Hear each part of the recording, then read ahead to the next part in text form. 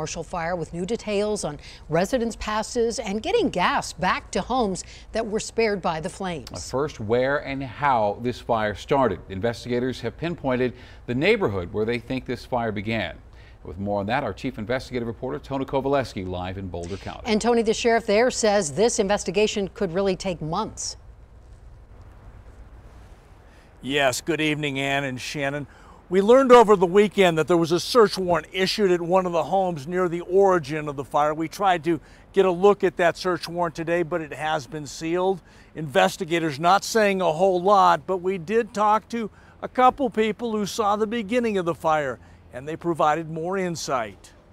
This is going to be ugly. He's one of many who watched the early moments of the Marshall Fire. This is cell phone video showing a shed on fire near the home of Mike Zoltowski, near the intersection of Highway 93 and Marshall Road. For about 45 minutes this went on, and then all of a sudden another fire started at this corner. Okay. And, that's when I got a little more nervous about my situation. It's now information under review by state and federal investigators. What I've seen today coming in and out of this building meeting with these investigators are dozens of people. Same story or stories that are varying? I'm not talking about this stories. I'm telling you, they're interviewing dozens of people.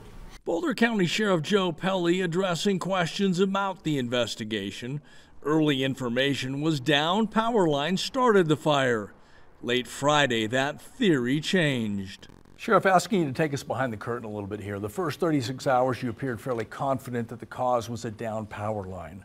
What led you to that confidence, and then when was the moment when you realized you needed to backtrack, and what led to that decision? So my confidence in the first day or two was the fact that fire crews were calling out they had a down power line when they arrived.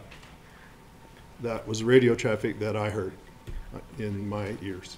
That changed when crews from XL Energy and fire investigators went to the scene and determined that the lines that they found that were down were telecom lines and not power lines.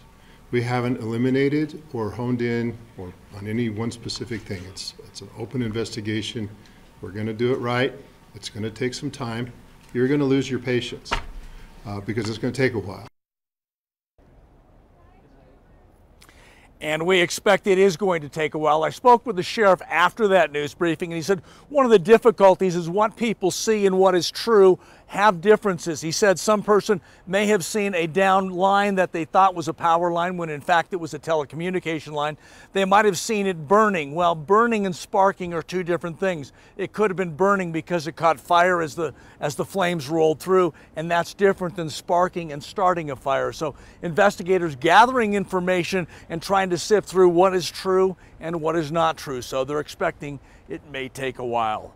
Live in Boulder, I'm Chief Investigative Reporter Tony Kovaleski. That is certainly